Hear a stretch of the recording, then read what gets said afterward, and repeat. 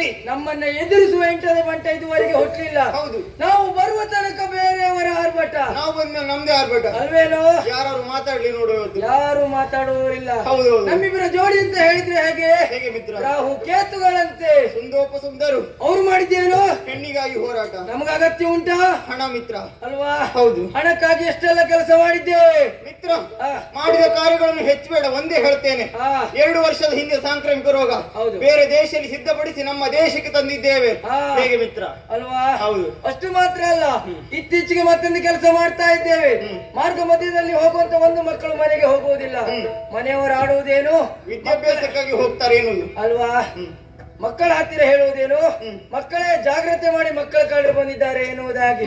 ಆ ಮಕ್ಕಳ ಕಳ್ಳರು ಬೇರೆ ಯಾರು ಅಲ್ಲ, ನಾವೇ ಇಬ್ಬರು ಮಕ್ಕಳ ಕಳ್ಳರು. ಮಿತ್ರ, ಗಟ್ಟಿಯಾಗಿ ಹೇಳ್ಬೇಡ. ಯಾಕೆ? ಆರಕ್ಷಕ ಠಾಣೆಯವರು ಹುಡ್ತಾ ಇದ್ದಾರೆ. ಯಾರನ್ನ? ನಮ್ಮಿಬ್ಬರನ್ನ. ಸಿಗ್ತೇವಾ? ಅವ್ರ ಕೈಗೆ ಸಿಕ್ಕಿದ್ರೆ ಜೀವನ ಇಡಿ ಒಳಗೆ ಮಿತ್ರ, ಅಲ್ವಾ? ಹೌದು. ಆದ್ರೆ ಈ ಕೆಲಸಕ್ಕೆಲ್ಲ ಹಣ ತೆಗೆದುಕೊಳ್ತೇವೆ. ಆ ಹಣಕ್ಕೆ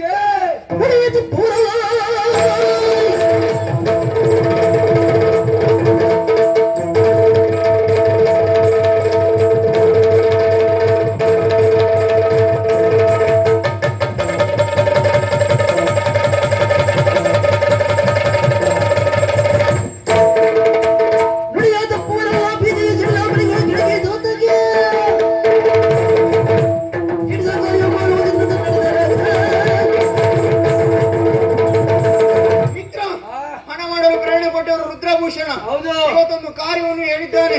ನೇರವಾಗಿ ಅಲ್ಲಿಗೆ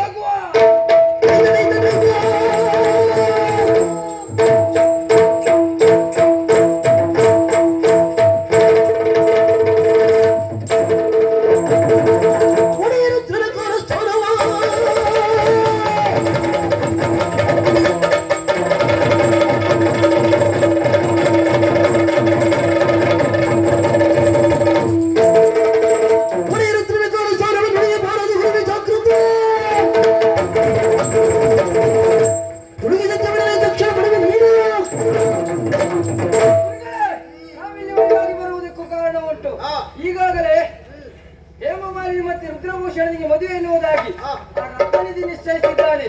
ಇವತ್ತು ನೀವು ಒಂದು ಸುಳ್ಳು ಹೇಳಬೇಕು ಗುರುಗಳೇ, ಅದು ಬೇರೆ ಏನೂ ಅಲ್ಲ. ಮುಹೂರ್ತ ಒಳ್ಳೆಯದುಂಟು, ಆದಷ್ಟು ಬೇಗ ಮದುವೆ ಮಾಡಿಸಿ ಎನ್ನುವುದಾಗಿ ಆ ರತ್ನನಿಧಿಯಲ್ಲಿ ಸುಳ್ಳು ಹೇಳಬೇಕು. ಸುಳ್ಳು ಹೇಳ್ತೇನೆ ಗುರುಗಳೇ.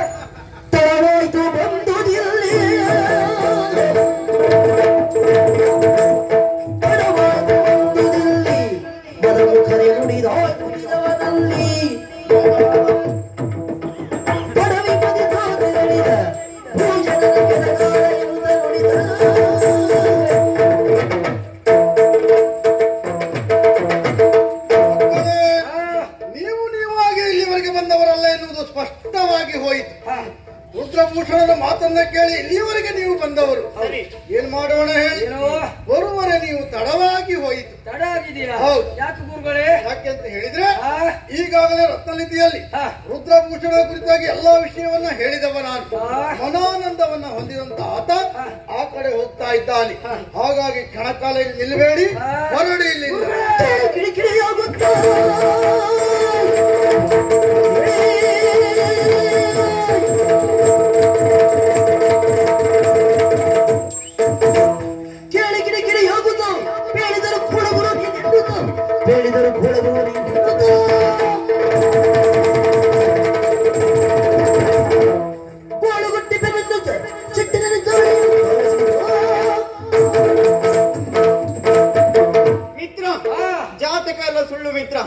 ಎಲ್ಲ ಬ್ರಹ್ಮ ಬರೆದ ಹಾಗೆ, ಆ ವಿಧಿ ಬರೆದ ಹಾಗೆ ಇರ್ತದಂತೆ.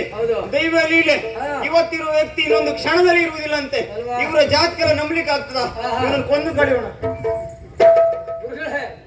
ಏನು ಸುಳ್ಳು ಹೇಳ್ತೀರಾ ಇಲ್ವಾ ಇವತ್ತು? ಅಲ್ಲ, ನೀವು ಏನೋ ಹೇಳ್ತೀರಿ ಎನ್ನುವುದಾಗಿ ನಾನು ಇಲ್ಲಿವರೆಗೆ ಬಂದೆ. ಅದು ಹಾಗೆ ಏನೋ ಹಾಗಾಗಿ ಹೇಳಿದ್ದೆಲ್ಲವನ್ನ ಹೇಳಿ ಆಗಿದೆ. ಯಾವ ಕಾರಣಕ್ಕೂ ಸಾಧ್ಯವಿಲ್ಲ.